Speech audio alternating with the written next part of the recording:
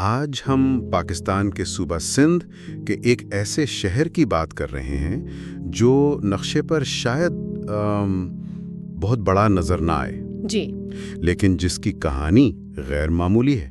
نوشہر و فیروز ضلع کا شہر مہراب پور۔ بالکل۔ یہ صرف ایک شہر کی تاریخ نہیں، بلکہ یہ سمجھنے کی کوشش ہے کہ ایک چھوٹی سی بستی، چند گھروں کا مجموعہ، آخر ایک ایسے تجارتی مرکز میں کیسے بدل گئی جو آپ کہہ لیں پورے ملک کی معیشت پر اثر ڈالتا ہے۔ جی، اور یہ ایک بہت اہم سوال ہے۔ اس کھوج کے لیے ہمارے پاس جو ذرائع ہیں ان میں کچھ مقامی تاریخ کی ویب سائٹس، ویکیپیڈیا اور دوسری دستاویزات شامل ہیں۔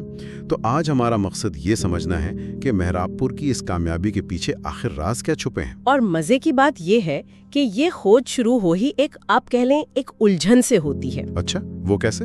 ہمارے ذرائع اس بات پر ہی متفق نہیں ہیں کہ اس شہر کا بانی تھا کون۔ یہ تو دلچسپ ہے۔ جی، ایک روایت کہتی ہے کہ یہ میر مہراب خاں جتوئی تھے، لیکن دوسری روایت ان کا تعلق جوڑتی ہے تالپور خاندان سے۔ یعنی شروع سے ہی تاریخ میں تھوڑا سا ابہام ہے۔ بالکل، اور یہی چیز تاریخ کو اتنا دلچسپ بناتی ہے نا، کہ ہر چیز سیدھی لکیر میں نہیں ہوتی۔ صحیح کہا۔ تو پھر آئیے اسی بھید سے پردہ اٹھانے کی کوشش کرتے ہیں۔ مہراب پور کے اس سفر کا آغاز کرتے ہیں اس کی بنیاد سے۔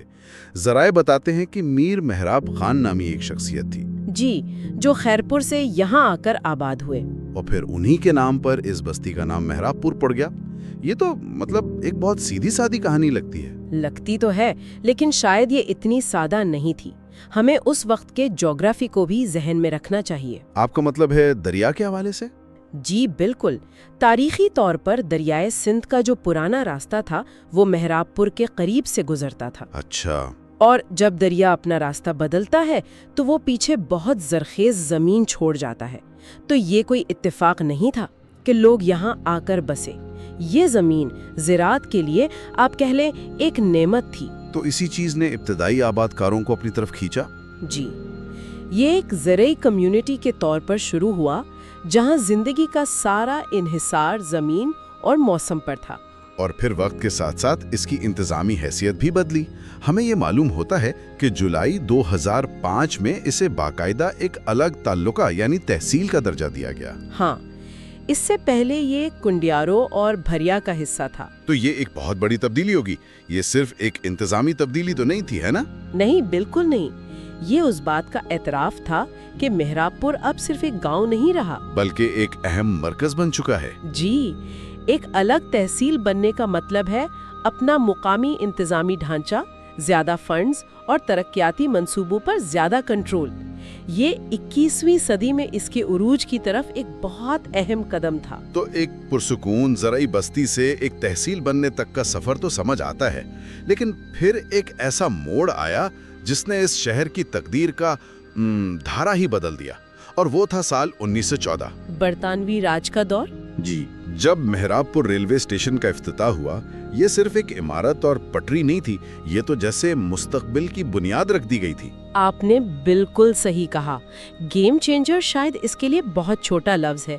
یہ ایک طرح سے اس شہر کا نیا جنم تھا۔ ذرا سوچیں کہ 1914 سے پہلے یہ علاقہ کتنا الگ تھلگ ہوگا۔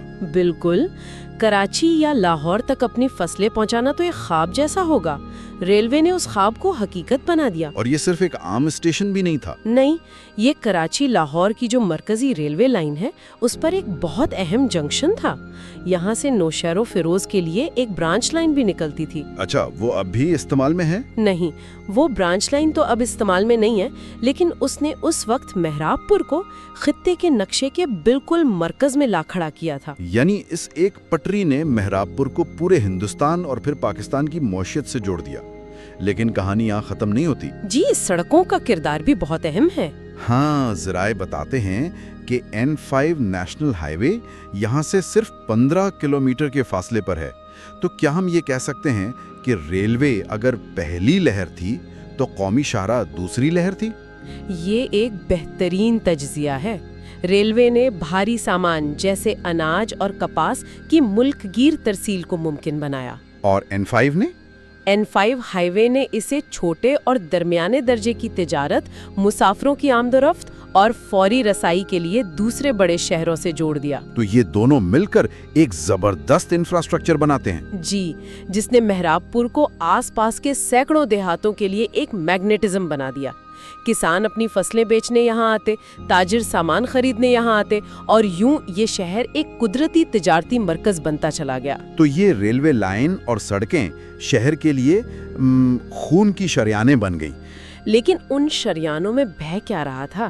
آخر وہ کون سی چیز تھی جس نے مہراب پور کو ایک معاشی پاور ہاؤس بنا دیا، اتنا کہ اسے ضلع نوشہروں فیروز کا کمرشل ہب کہا جاتا ہے؟ اس کا جواب اس کی منڈیوں میں چھپا ہے۔ اور جب میں منڈیاں کہتی ہوں تو میرا مطلب چھوٹی موٹی مارکیٹوں سے نہیں ہے۔ اچھا؟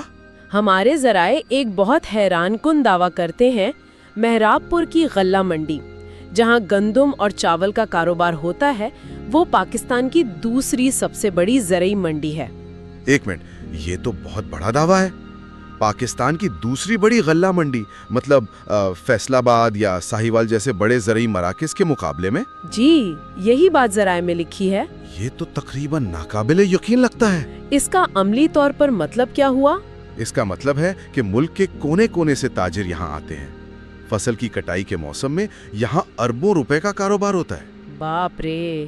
یہ منڈی نہ صرف مقامی کسانوں کی قسمت کا فیصلہ کرتی ہے، بلکہ ملک میں گندم اور چاول کی قیمتوں پر بھی اثر انداز ہوتی ہے۔ یہ اس شہر کی معیشت کا دل ہے۔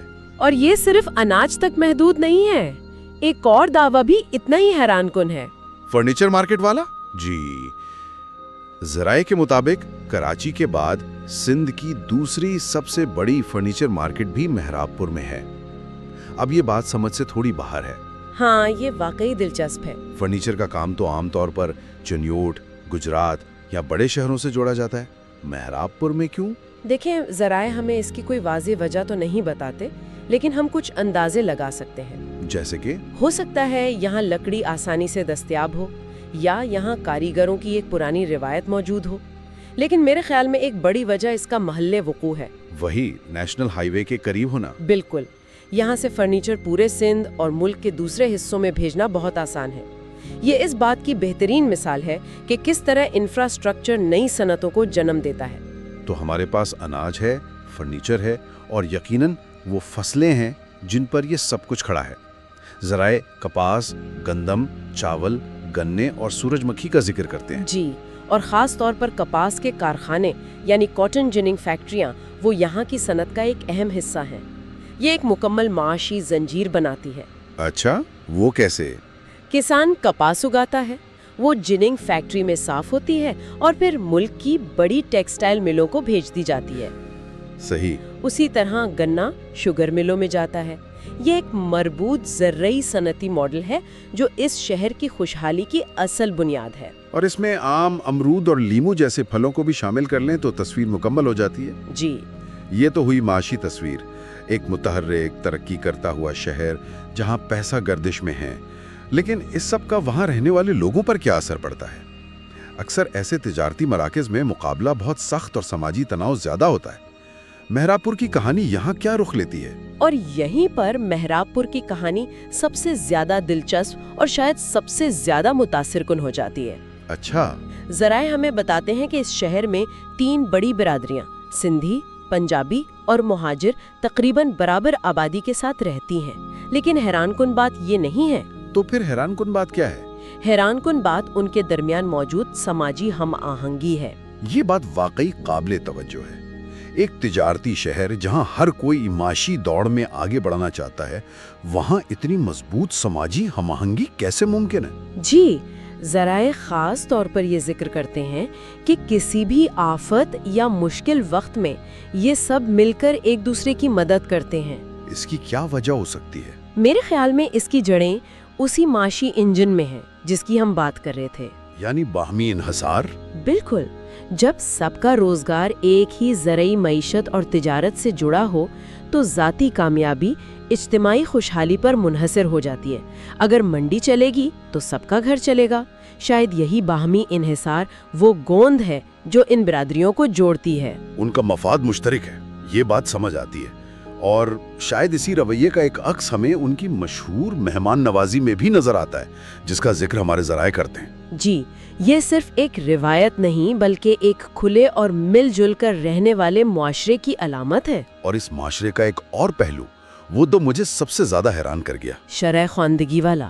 جی، ذرائع کے مطابق دیہی سندھ کے دیگر علاقوں کے مقابلے میں میراب پور میں شرح خواندگی سب سے زیادہ ہے۔ یہ ایک غیر معمولی حقیقت ہے۔ دیہی سندھ میں سب سے زیادہ شرح خواندگی، یہ واقعی غیر معمولی ہے۔